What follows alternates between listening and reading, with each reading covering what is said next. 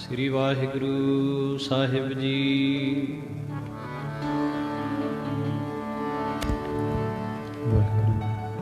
ਡਡੌਤ ਬੰਦਨ ਅਨਕ ਵਾਰ ਸਰਬ ਕਲਾ ਸਮਰੱਥ,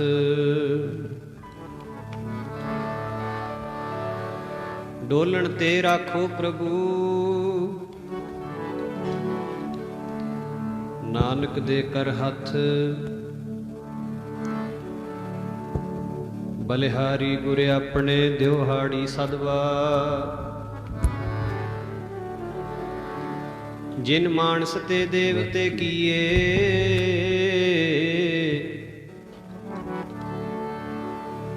ਕਰਤ ਨ ਲਾਗੀ ਵਾਰ।